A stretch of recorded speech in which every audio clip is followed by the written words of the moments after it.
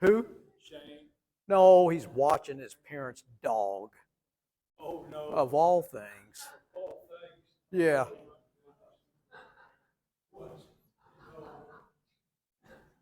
I thought that was sure a lame excuse.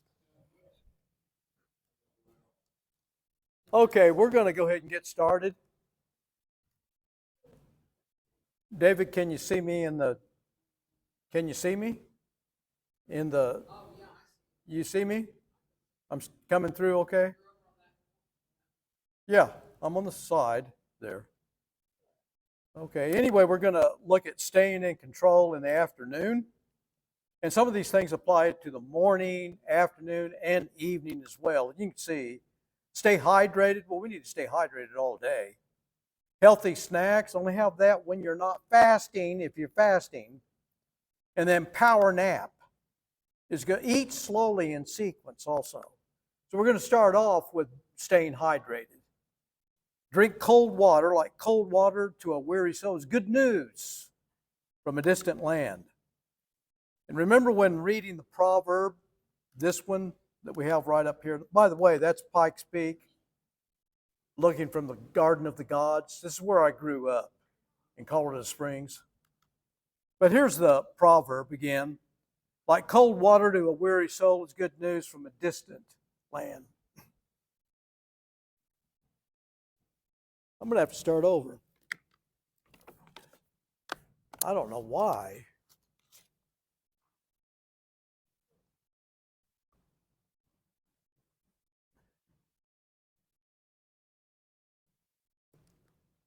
I was trying to speak loud enough for everyone to hear me.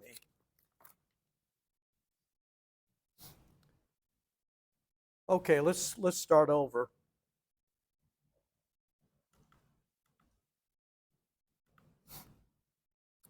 This is the Garden of the Gods looking at Pikes Peak in Colorado Springs, Colorado. And you can see this proverb. It says, like cold water to a weary soul is good news from a distant land. Remember when reading the Proverbs, like that one, Proverbs 4:22 says this, that they are life to those who find them in health to one's whole body. And so the basic meaning of the word proverb is to represent, compare, or be like. And proverbs are pictures of reality. And what better way to picture the gratifying, exuberant effect that good news has on a person than with the image of the satisfaction cold water gives a thirsty person. Like cold water to a weary soul is good news from a distant land. Proverbs have more than one dimension, and the meaning here is not just about good news. In other words, the consequence of good news is pictured with a wonderful feeling that cold water gives to a thirsty person. And guess what? Cold water is good for our health as well. I visited a worker at a supermarket, Walmart. I overheard her tell a customer how she was feeling with her diabetes. And then I had a short visit with her, and she told me that she drinks water to bring down her blood glucose level, which amazingly works sometimes. And why? Well, dehydration makes a person feel fatigued. And it can also elevate the stress hormone cortisol. Cortisol is a counter-regulatory hormone to insulin. And thus, when cortisol levels are elevated, insulin is less effective. The result is elevated blood sugar levels. And so drink water like a snow-cooled drink at harvest time. It is a trustworthy messenger to the one who sends it. He refreshes the spirit of his master. Dr. Willett of Harvard Medical School teaches drinking 64 ounces of water a day for a person on a 2,000 calorie diet.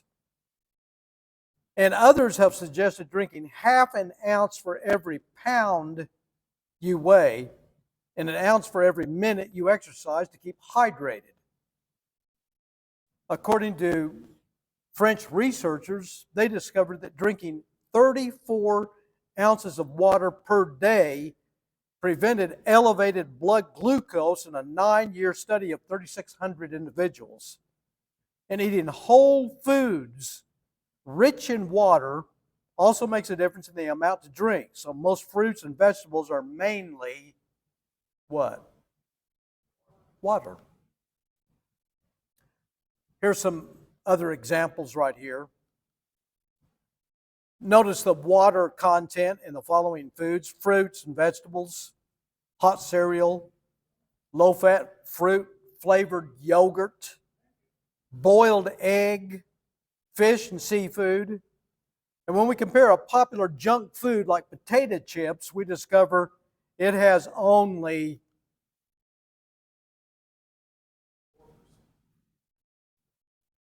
2% water. Now, what about carbonated soft drinks? According to Dr. Willett, these drinks work for staying hydrated but are loaded with sugar, except this one. 0 sugar. And sugar-free, artificially sweetened soda drinks are a concern. Many are wary of artificial sweeteners, and if that's a concern, get an infuser for fruit-infused water. Anyway, a way to stay hydrated and to check yourself to see whether you are hydrated is to check the color of your urine. For example, a dark yellow or yellowish brown color would indicate dehydration. And studies have shown that being just half a liter dehydrated can increase your cortisol levels. Cortisol is one of those stress hormones. Staying in a good hydrated state can keep your stress levels down. When you don't give your body the fluid it needs, you're putting stress on it, and it's going to respond to that. So dehydration can elevate blood glucose because cortisol levels can increase, causing resistance to insulin. And in addition, with fewer bodily fluids, blood decreases, also causing low blood pressure. Are you hungry? Or just need to drink something? That's another consideration when we think about this. Feeling hungry may signal the need for more fluids. So how can you distinguish thirst from hunger? Well, just sip a little glass of ice water and wait a few minutes and see how you feel. That's how you do it. That's the way to distinguish it. 36 ounces of cold water daily can elevate metabolism and calorie burning by 100 calories per day. A benefit of drinking water cold comes when drinking ice cold water. Ice cold water requires energy to warm it up to body temperature. And so, how many calories will you burn to bring an ice cold 16-ounce drink to body temperature? 1 calorie is burned for each ounce of iced beverage to warm it to core body temperature. Drinking 64 ounces of ice cold water a day results in burning 64 calories. And staying hydrated and drinking ice cold water is vital for those with health concerns, which is all of us, isn't it? And also, it cuts down on dehydration and cortisol levels. That's the other big benefit. So Wisdom Way, it teaches the mind of a person with understanding gets knowledge. The wise person listens to learn more. I drink small amounts of water throughout the day, and this is my goal anyway. 6 of these glasses with 6 to 8 ounces of water each time. To drink it all at once, that's not good for you. But I combine drinking water with eating water-rich foods like vegetables and some fruit.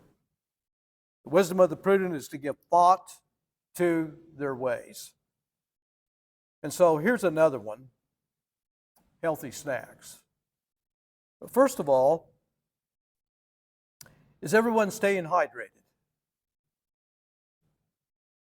Do you drink water throughout the day? Or just, I tend to drink too much coffee. But it is keeping me hydrated. But I want to drink more water.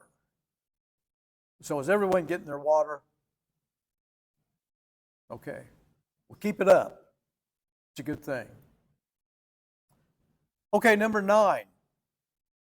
Healthy snacks is what we'll look at now.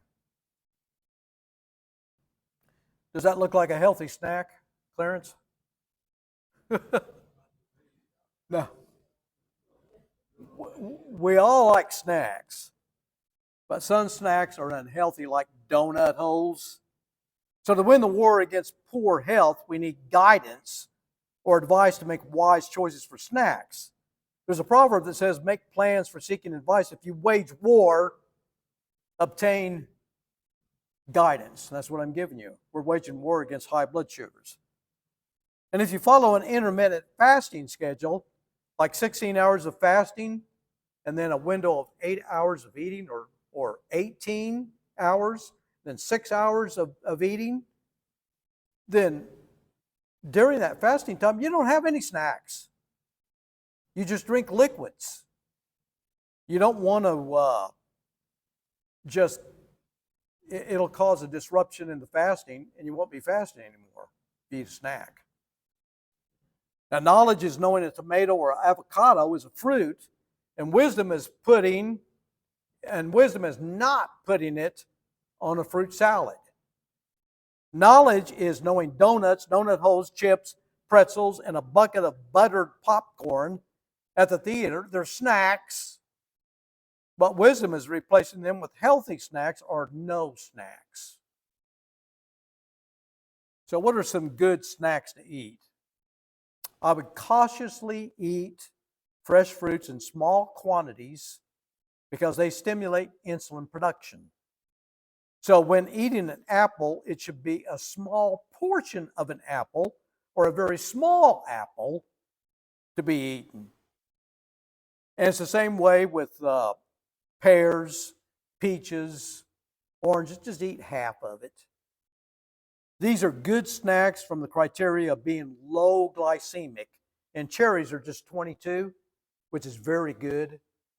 Not driving up the blood sugar, but if you ate a bunch of them, it would. So those are some ideas. But when we look at donut holes, just look at them.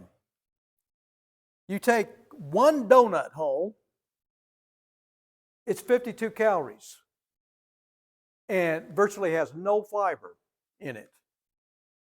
You look at strawberries, and to equal that one donut hole, you can have 5 ounces, and that's 46 calories. That's it. But it's got 3 grams of fiber and a total of 11 grams of carbs. So what do you do? What do you do with the fiber? Subtract it. You can't absorb it, so you subtract it from the total.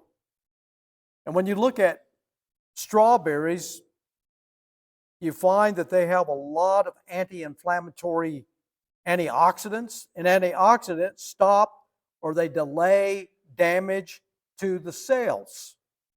Strawberries have omega-3 and omega-6 fatty acids, minerals like magnesium, potassium, and calcium, and vitamins like A, C, E, and K. So eat low glycemic index carbohydrates that don't spike up blood sugars. Now, one person, she's not here tonight, but she told me that she was eating raw vegetables for snacks, and she would eat, guess what? Yeah. Now, she would take the radish, and it's rich in fiber, vitamin C, potassium. 1 cup of raw radishes has only 19 calories and 4 grams of carbohydrate, but of those 4 grams of carbohydrate, 1.7 grams are fiber. So you're getting virtually no carbohydrates from that. Another person at one time was telling me that he was eating snacks of mushrooms. Clarence, I think you were the one. Mushrooms. Okay. You were eating those as a snack, you were telling me. And mushrooms have 23 calories for 1 cup with 2 grams of carbohydrates. And they also have an anti-inflammatory foods. Radishes and mushrooms are much better choices than potato chips and pretzels. And they're more filling. Radishes are also about 90% water. And in comparison, potato chips with about 2%. One serving, 28 grams of chips, has 160 calories, 15 grams of carbohydrate, 10 grams of fat, and one serving, 28 grams of pretzels, has 100 calories, 23 grams of carbohydrate. So don't eat those for snacks. Don't do that. Potato chips and no. Well, what about a boiled egg? Deli meat wrapped in romaine lettuce leaves, low-fat cottage cheese and fruit, a boiled egg, smoked salmon, or tuna with vegetables would all be good options. And remember, the calories, they add up quickly in nuts like almonds, walnuts, pecans. Portion control is essential for nuts, but again, the calories, they add up quickly. What about eggs? Here are what 2 individuals say about the benefits of eating eggs. One is Dr. Jason Fung, and the other is Dr. Eric Berg.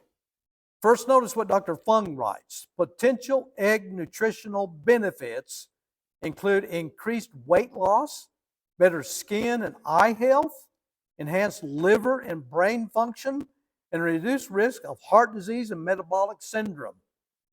Free-range eggs, in particular, tend to be safer, more ethically produced, and higher in several important nutrients.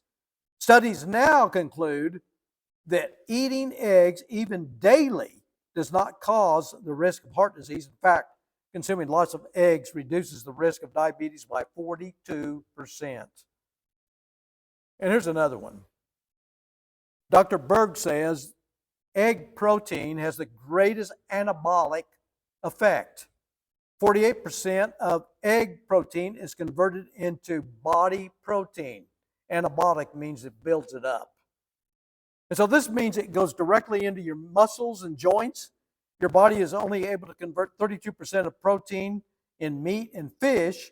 And studies have shown that if you consume whole eggs, your body is more efficient at building muscle and you have a shorter recovery time after exercise. And so the insulin index is a scale that classifies how different non-carbohydrate foods affect insulin. And whole eggs have a much lower effect on insulin than egg whites alone. And when you remove the fat from a protein source, you have a greater insulin spike. Now, Dr. Berg eats 4 eggs per day. I eat an average of about 3 per day. So do your research and make a wise decision. So does anyone eat an egg a day? We've got one person that eats at least 1 egg a day in this group.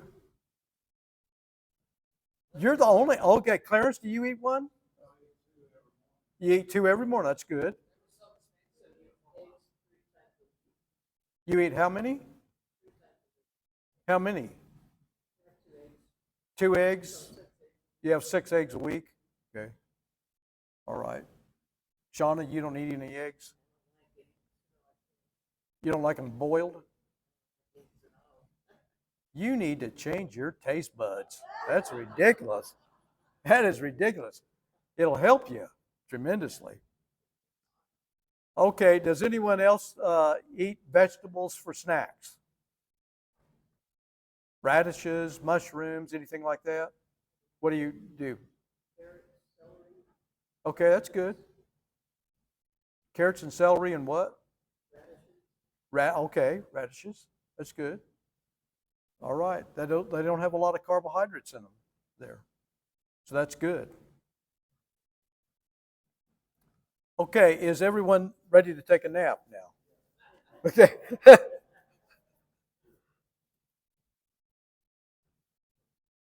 Okay, here we go. A good conscience is a soft pillow. And I'm so good at sleeping, I can do it with my eyes closed. Why take a nap? Please give me one good reason. Just one good reason. Jesus did. That's a good reason, isn't it?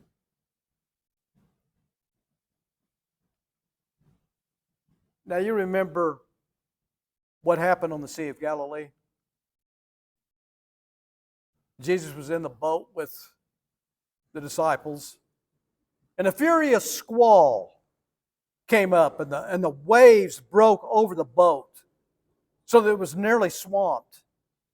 Jesus was in the stern sleeping on a cushion. In other words, he's taking a nap. And when was Jesus sleeping? Well, during a storm. Yet during a storm, how could he do that? Well, a wisdom insight on how he could do this is found in Proverbs 3. My son, do not let wisdom and understanding out of your sight.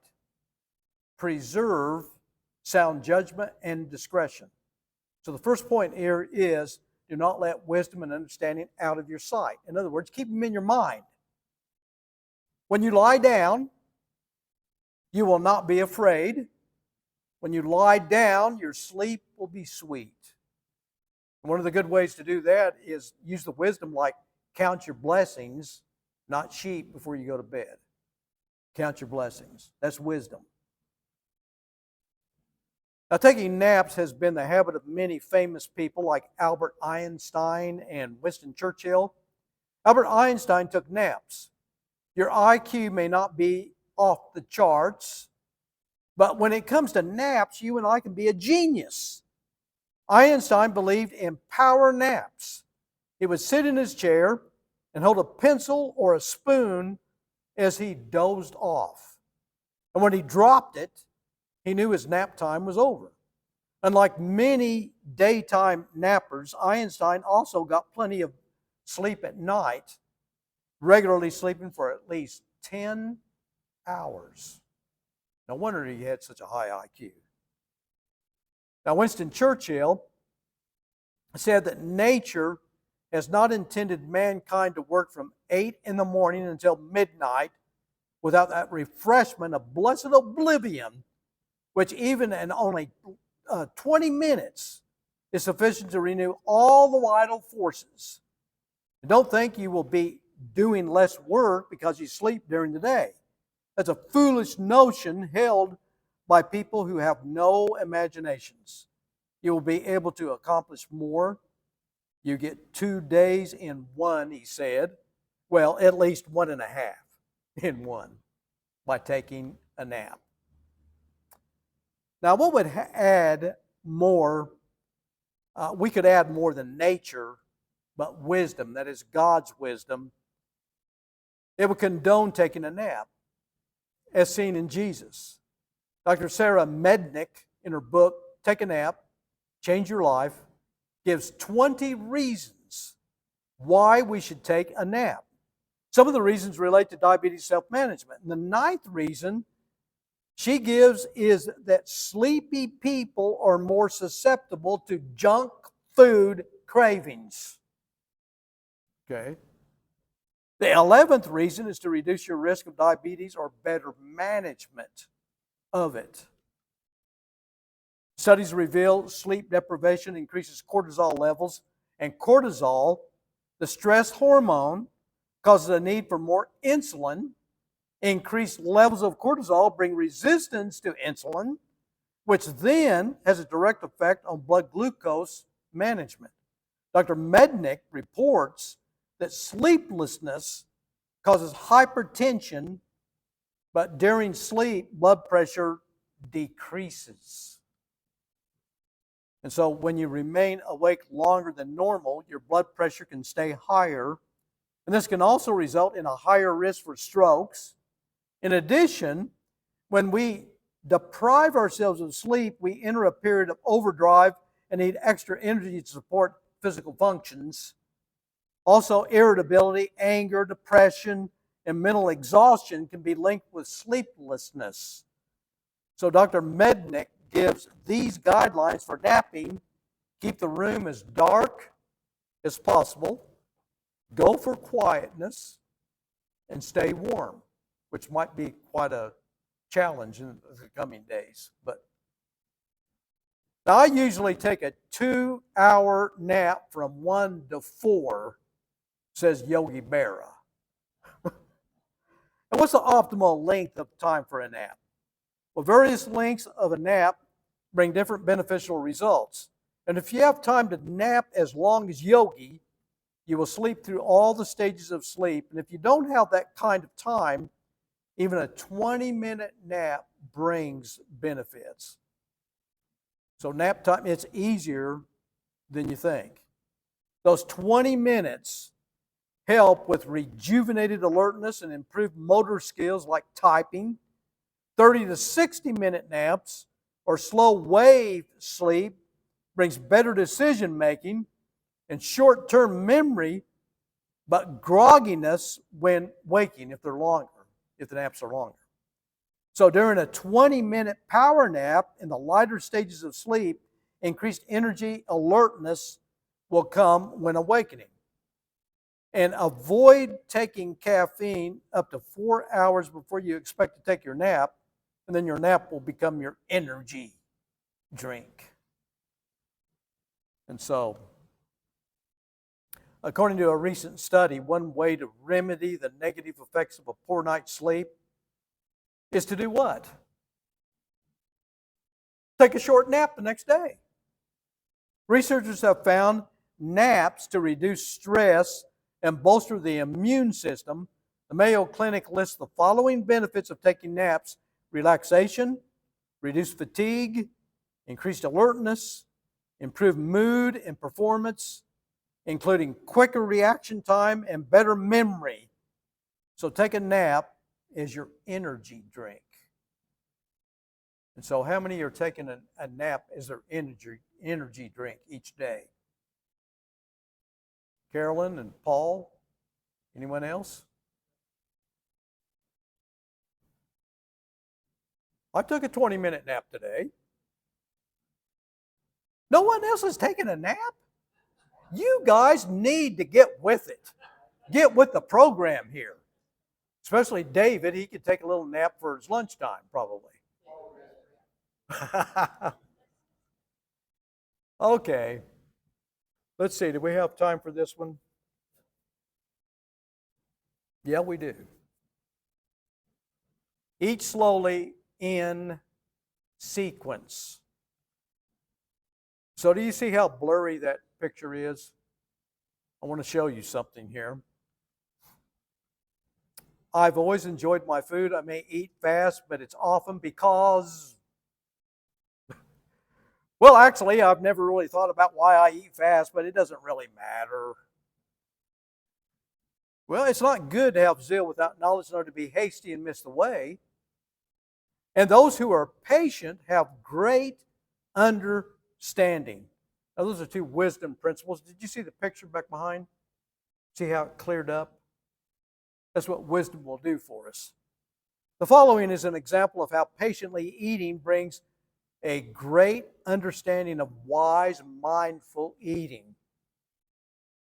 How do we eat?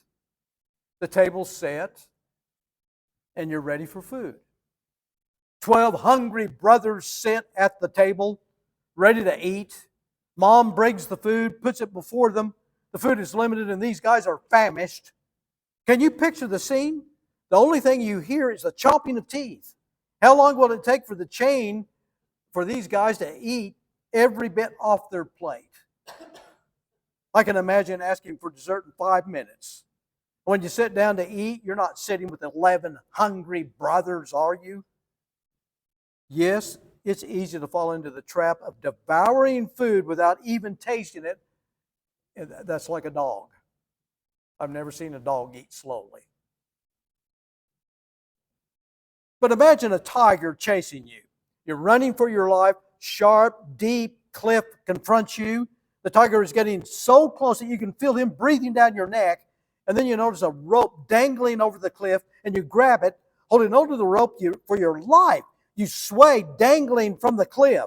The tiger roars above, 500 feet below. Sharp, jagged rocks are shouting fall. Then you notice two mice chewing on the rope above you.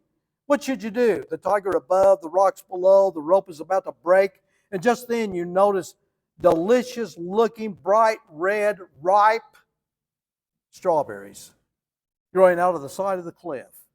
You stretch out one hand, pluck a strawberry, pop it into your mouth. The strawberry is so sweet and refreshing. You think that's the best strawberry I've ever tasted.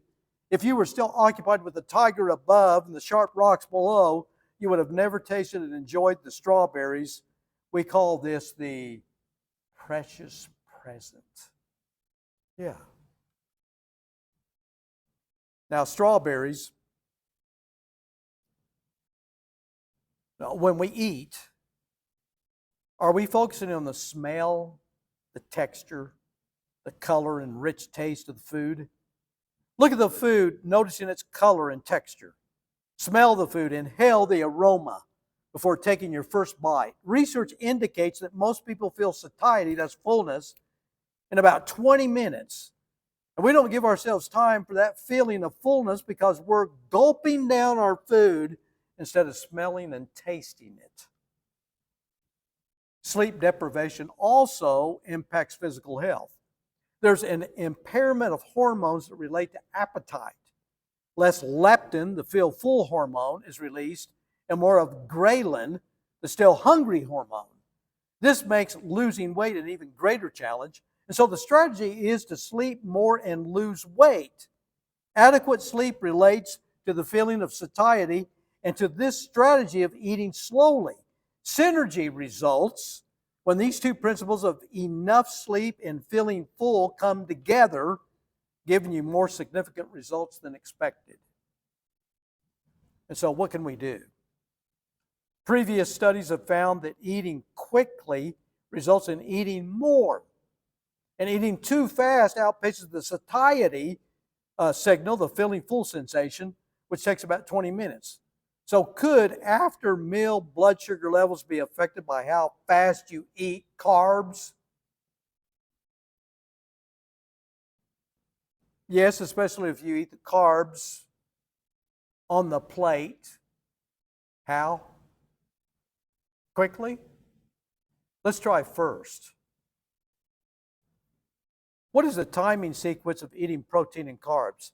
Eat protein first. And what difference does that make? You've got to be kidding. Well, God's wisdom instructs us to be mindful of sequence. For example, finish your outdoor work and get your fields ready. After that, build your house. Proverbs 24. Carbohydrates raise blood sugar, but if you tell someone not to eat them or to drastically cut back, it's hard for them to comply, says this doctor at Cornell. Not eat them or drastically cut back? No, just change the sequence. This study points to an easier way that patients might lower the blood sugar and insulin levels. And focus on how much and when carbohydrates are eaten. 11 people had type 2 diabetes. They were obese. They were on metformin. That was it. Meal consisted of carbohydrates, protein, vegetables, and fat. And they would eat the carbohydrates first in this test, wait 15 minutes, and then eat the vegetables and protein. Then they reversed the order. They ate the vegetables and the protein first, and then 15 minutes later, they would eat the carbs. So what were the results? Post-meal glucose levels were checked at 30, 60, and 120-minute intervals, and much lower at the 30, 60, and 120-minute checks by about 29%, 37%, 17% respectively. Which order brought about the better results? Carbs first? Vegetables and protein first? Yeah. Carbs eaten last brought the better results, just another way of putting it. So a curious factor is shown when we look at food labels. Under the total number of carbohydrates listed, fiber is included. Fiber is a carbohydrate that the body cannot break down, and it has several benefits. Eating foods with fiber means you eat fewer calories, which also is helpful for controlling weight. So do you see it's got 28 grams of carbohydrate, but 6 of it is fiber. So we subtract the 6. The Blood Glucose Revolution book lists these 3 superpowers of fiber. First, it reduces the action of an enzyme that breaks starch down into glucose molecules. Second, it slows down stomach emptying when fiber is present. Finally, it creates a dense mesh in the small intestine, making it harder for glucose to reach the bloodstream. And through these designs, fiber slows down the breakdown and absorption of any glucose that lands in the stomach after it. This results in flattening the spike up of glucose, and this is especially true of soluble fiber, which dissolves in water, becomes a gummy gel, and helps blunt elevated blood glucose after a meal. So fiber, soluble fiber, limits rapid blood glucose peaks, gives a full filling longer, and helps control cholesterol. And how many grams of fiber should you eat a day? Men, 30, women, 20. And so another way of putting these benefits from the book Glucose Revolution is this. Fiber is also good for our glucose levels for several reasons, notably because it creates a dense mesh in our intestine. The mesh slows down and reduces the absorption of molecules from food across the intestinal lining. And what does this mean for our glucose curves? First, that we absorb fewer calories. And second, with fiber in our system, any absorption of glucose or fructose molecules is lessened, thus making a less impact on your blood sugars. I like this proverb. Better to have a dish of vegetables where there is love than juicy steaks where there is hate.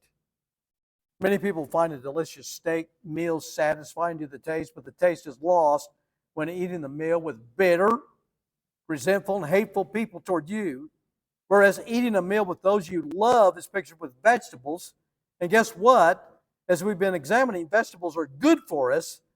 Isn't it interesting that a subtle message of a meal of vegetables shows love? And what are vegetables? They're very beneficial for health. And here are some visual examples of fruits and vegetables rich in soluble fiber. You can see them right here. These greens, like roasted asparagus, coleslaw, grilled zucchini, grated carrots. We're talking about artichokes, broccoli, turnips, Brussels sprouts, eggplant, lettuce, tomatoes, and also beans. These are the kind of things you eat first in your meal. Dr. Axe says this about broccoli. Broccoli was first cultivated as an edible crop in the northern Mediterranean region starting in about the 6th century BC.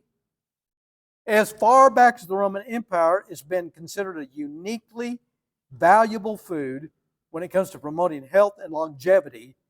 And believe it or not, it didn't actually become widely known in the U.S. until the 1920s, which is surprising if you consider how popular it is today. Is that surprising to you, Clarence, that broccoli didn't become popular until the 1920s? You were living back then, weren't you? I'm just kidding. Why is broccoli good for dieters? It's one of the most nutrient-dense foods on earth. 1 cup of the cooked veggie has just over 50 calories, but a good dose of fiber, protein, and detoxifying phytochemicals, which reduce inflammation. Is broccoli a carb? Well, as a complex carbohydrate high in fiber, is a great choice for supporting balanced blood sugar levels, ongoing energy, and helping you feel full. You want to know a secret to losing weight fast, including more high volume, low calorie, high nutrient foods in your meals is the key. And broccoli nutrition is high in volume due to having a high water content, so it takes up room in your stomach and squashes cravings or overeating without adding lots of calories to meals. Now, this last Sunday, we had a potluck meal here, and I noticed that some people, 2 different people, they brought vegetable plates with a little bit of dip, and I noticed broccoli on both of them. I ate the broccoli, and it was good. Did you eat any broccoli, Barbara? Yeah, it's good. Good for you. High soluble fiber raw vegetables like this. Here's a contrast between high soluble fiber raw vegetables like bell peppers and carrots, which have very little impact on blood sugar levels compared to dry cereal like Rice Krispies. I did a check on my blood sugar and discovered that just 23 grams of Rice Krispies with 4 grams of milk almost doubled my blood sugar level from 100 to 175 in less than 40 minutes. Doubled it in that length of time. Here are foods, vegetables that have lots of soluble fiber in them. In contrast to dry cereal, beans are loaded with fiber and especially soluble fiber. And the following list gives several serving sizes, total fiber grams per serving, and the number of soluble fibers in parentheses there. And of course, you can see black beans are one of the best that you can have right there. Navy beans are second to that, and then we have kidney beans there. All good for you. Fruits have soluble fiber as well. And when you eat the fruits, eat smaller portions of them, and make sure you eat other food first because they are carbohydrates. They will activate insulin production, or you need more insulin. Now, eating healthy is a challenge, and especially when there are so many delicious unhealthy temptations. So people think that if they can practice some portion control, they'll succeed. So again, like Yogi Berra said, when that waitress asked if I wanted my pizza cut into 4 or 8 pieces, I said 4. I don't think I can eat 8.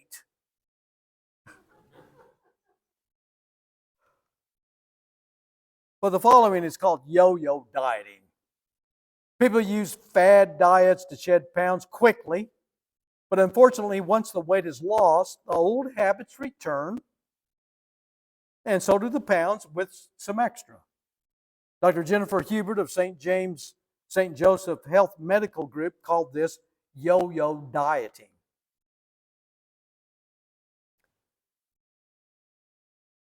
Other findings indicate that yo-yo dieting may lead to a higher risk of increased body fat, which means these diets in the long run can have the opposite of the intended effect of losing weight.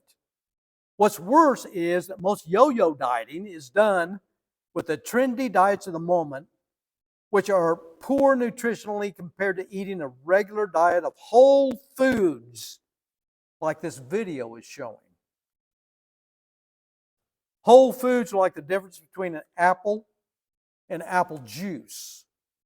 The way to have fruit is to have it in its whole state, with all the nutrients still there. Plus, in the whole state, foods are much more filling.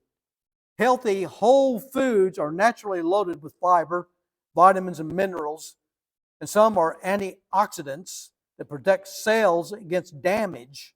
And whole foods are the state of rich, nutrient-dense foods They have no added sugars and fats and exclude added salt or other high sodium ingredients. Now, Thomas Edison said this, that our greatest weakness lies in giving up. The most certain way to succeed is to always to try just one more time. If you can't seem to eliminate junk food, then don't give up.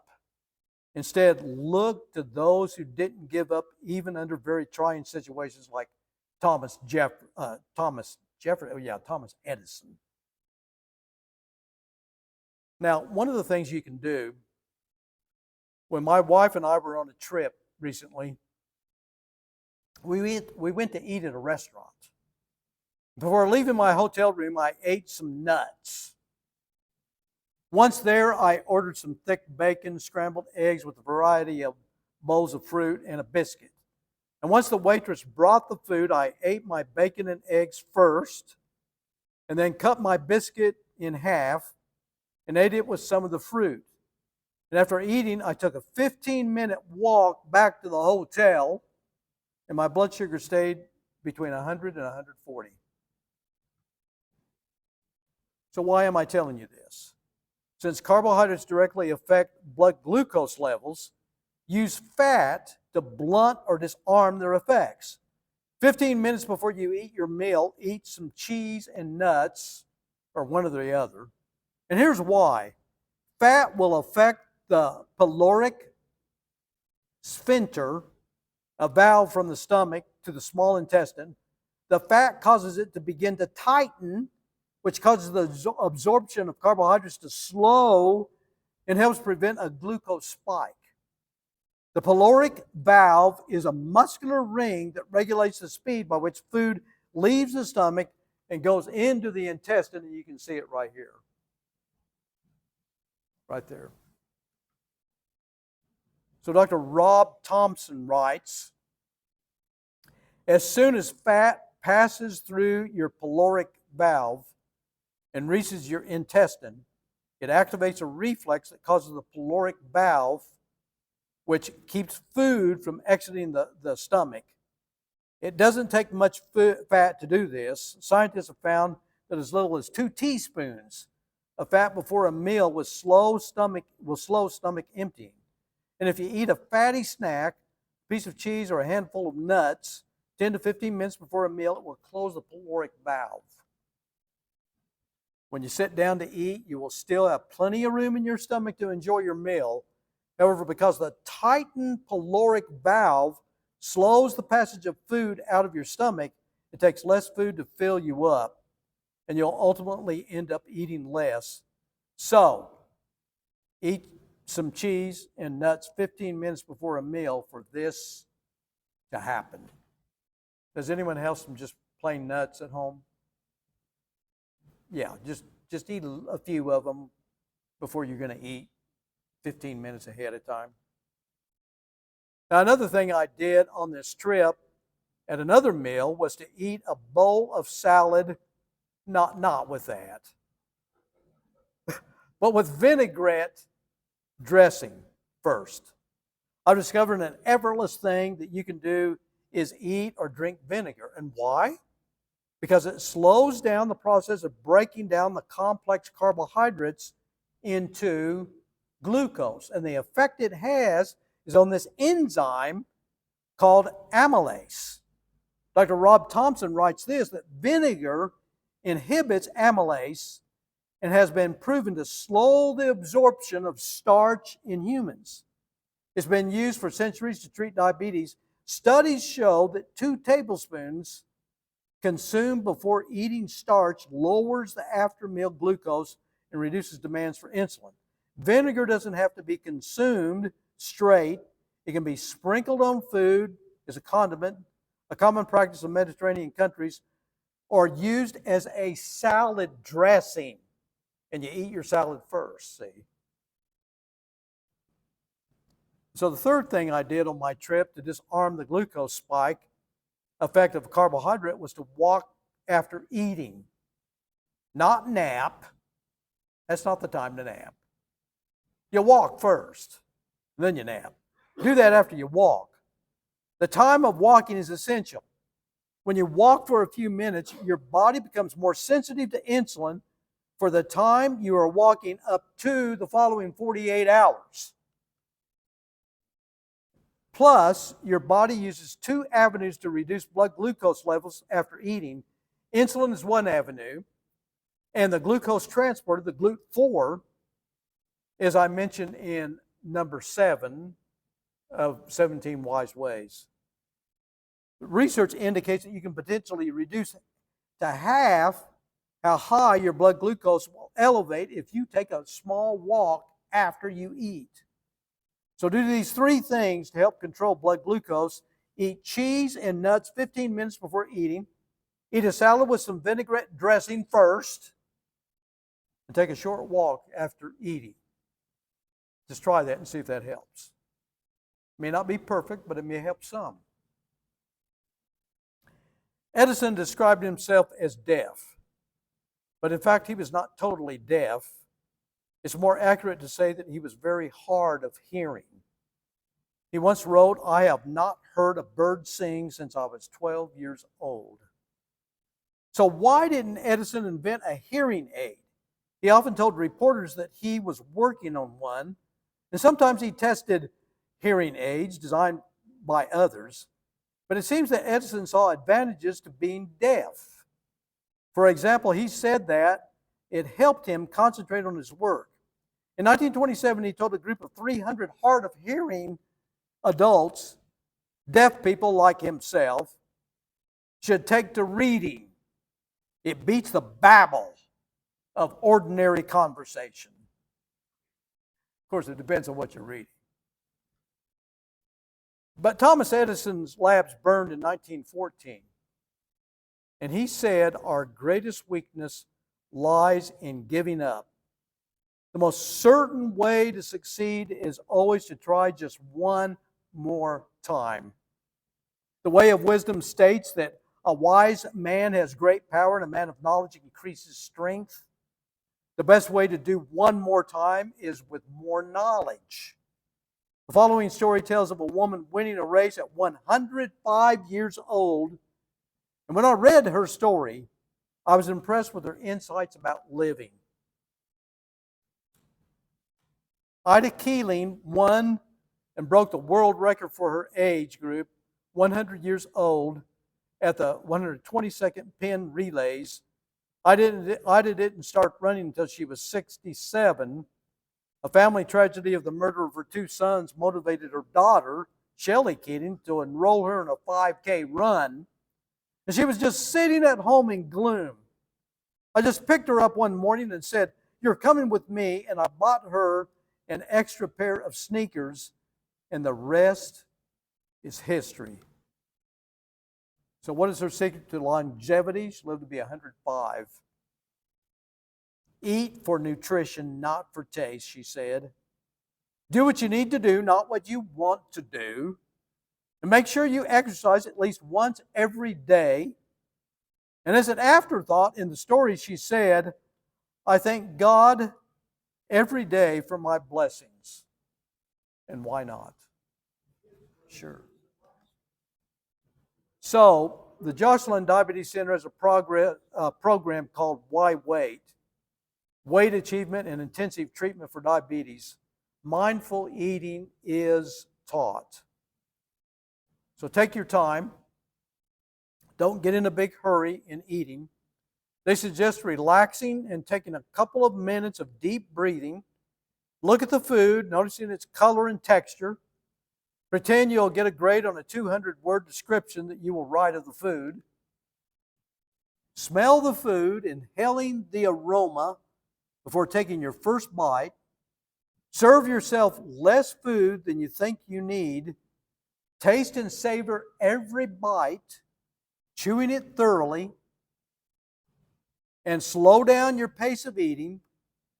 Put down your fork before deciding to go back for seconds. Wait 20 minutes. And one more thing. If you're eating with others, pace yourself with the slow eater and avoid the just one more helping request. Leave some food on your plate. Pre-regulate consumption by deciding how much to eat prior to the meal. And I want to add, watch your sequence of how you eat the different foods. Watch that. That's staying in control in the afternoon. That's it. So, has anyone tried the nuts before a meal? How about cheese for a meal? You don't want to mess up your meal, do you? You've been told. Don't be eating that. You won't have any appetite. Well, we're not talking about eating much, just a little bit there. Has anyone tried a salad with some Italian dressing on it or something like that first thing before you eat the rest of the meal? Okay, that's good. Try that. Has anyone tried just taking a nice leisurely walk after you eat? Anyone tried that? You people are practically flunking tonight. I tell you. I hope people are lit. Have you done it, Paul? Taking a walk after you eat?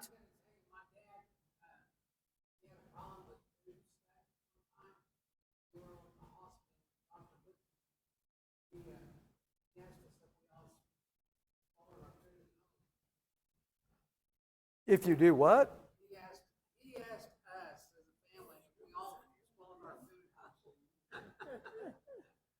You need to chew it up very thoroughly, don't you? And that's how you slow down your eating too. Is if you chew it more. Oh wow. Wow. Yeah. Now I want to tell you, here's the thing to do. On Sunday, after you have your meal, I want everyone to get out and take a walk. Make sure you bundle up because it's going to be 10 degrees or less. But okay, I guess that's it for tonight. It's probably time to quit.